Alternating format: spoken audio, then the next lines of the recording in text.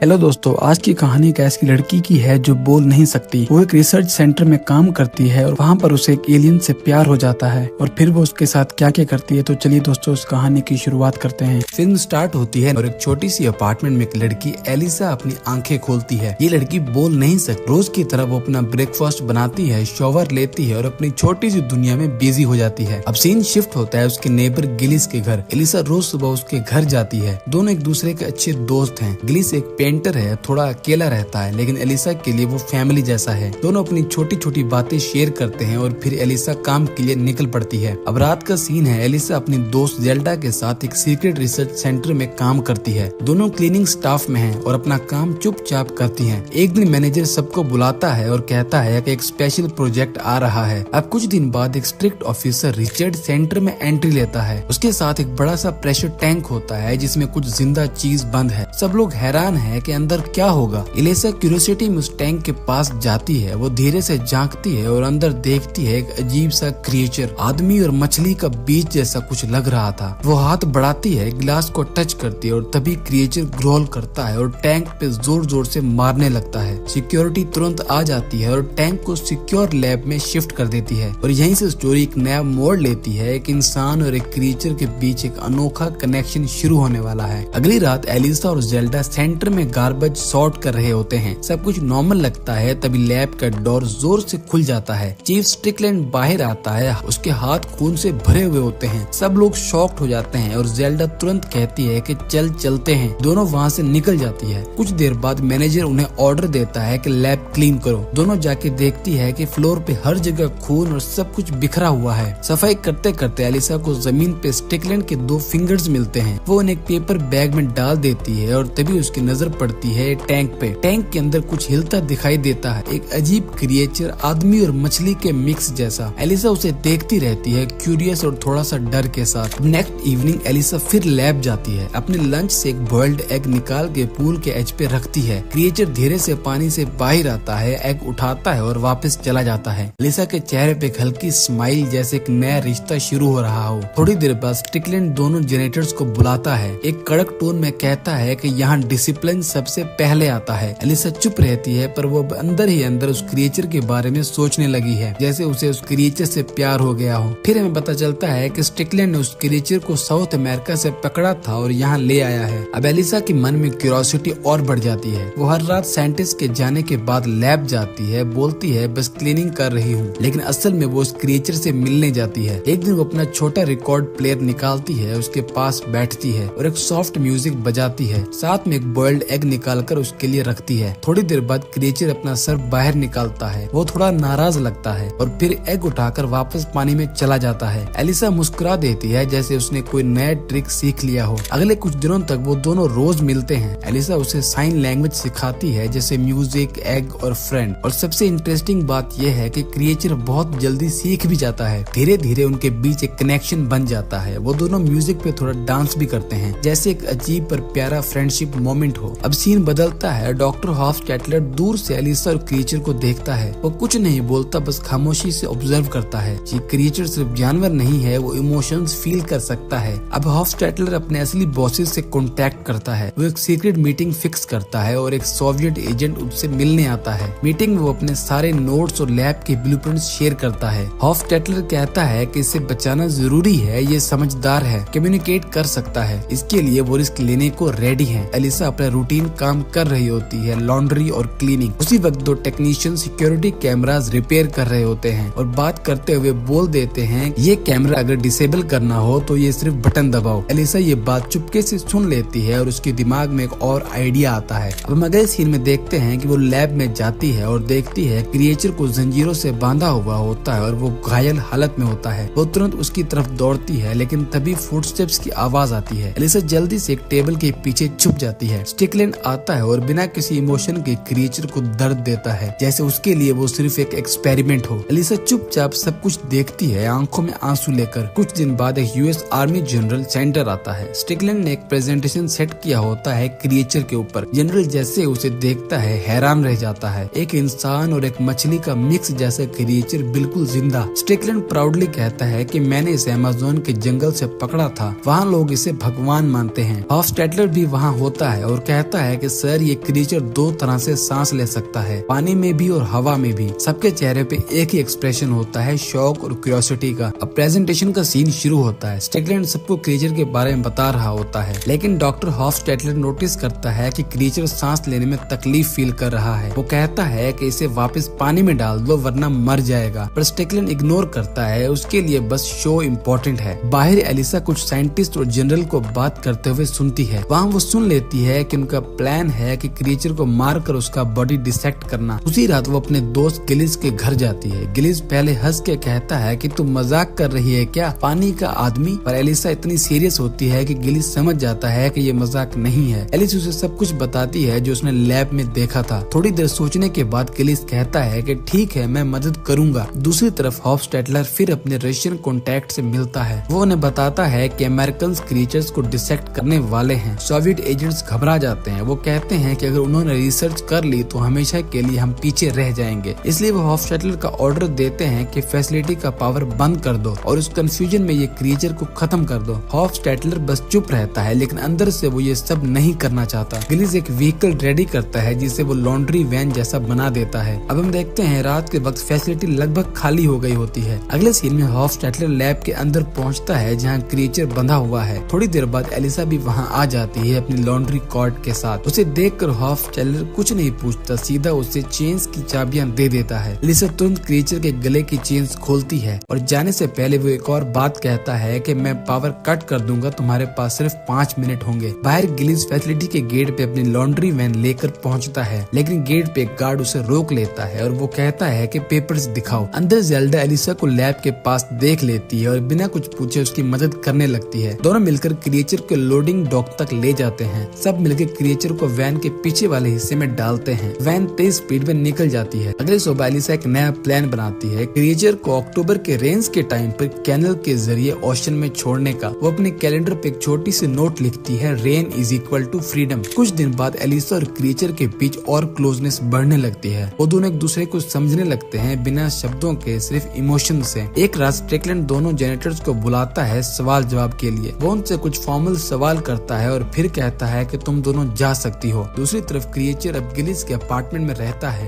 लेकिन एक दिन उसे भूख लगती है और वो गलती से गिलिस के बिल्ली खा जाता है। थोड़े दिन बाद हॉफस्टेटलर सीक्रेटली एलिसा और जेल्डा की मदद करता रहता है। एलिसा उसे अपने प्लान के बारे में बताती है। उसका प्लान है क्रिएचर को बारिश के मौसम में समंदर में वापस छोड़ देना। हॉफस्टेटलर उसे कुछ चीजें देता है जिससे क्रिएचर हेल्दी रहे। एक दिन क्रिएचर गिलिस के पास जाता है और अपने हाथ से उसका जख्म को ठीक कर देता है। थोड़ी देर बाद एलिसा अपने अपार्टमेंट में पानी भर देती है ताकि क्रिएचर आराम से सांस ले सके। यहाँ से उनका बॉन्ड और स्ट्रॉन्ग दिखाया गया है। दोनों एक दूसरे को बिना देखे रह ही नहीं सकते। अब अक्टूबर का महीना आ चुका है और बारिश भी शुरू हो गई है। एलिसा समझ जाती है कि यही सही वक्त है क्रिएचर को समंदर में छोड़ने का। अब हम देखते हैं कहानी अपने फाइनल ट्विस्ट पर पहुंचती है। स्टिकलैंड सीक्रेटली हॉफस्टेटलर का पीछा करता है और देखता है कि वो कुछ लोगों से मिल रहा है जो असल में फॉरेन स्पाइज होते हैं। वो चुपके से मीटिंग के पास जाता है और बिना सोचे सब पर हमला कर देता है। सबको मार देता है, सिर्फ हॉफस्टेटलर बचा रहता है। उसे पकड़कर स्टिकलैंड उसे टॉर्चर करता है और फाइनली उसे पता चलता है कि जिन्होंने क्रिएचर को चुराया था वो कोई एजेंट्स नहीं बल्कि क्लीनिंग स्टाफ ही थी। अब स्टिकलैंड सीधा पहुंचता है जेल्डा के घर। जेल्डा चुप रहती है पर उसका हस्बैंड डर के मारे सब कुछ बोल देता है। वो तुरंत निकल पड़ता है। जेल्डा तुरंत फोन करके एलिसा को वार्न करती है कि वो आ रहा है।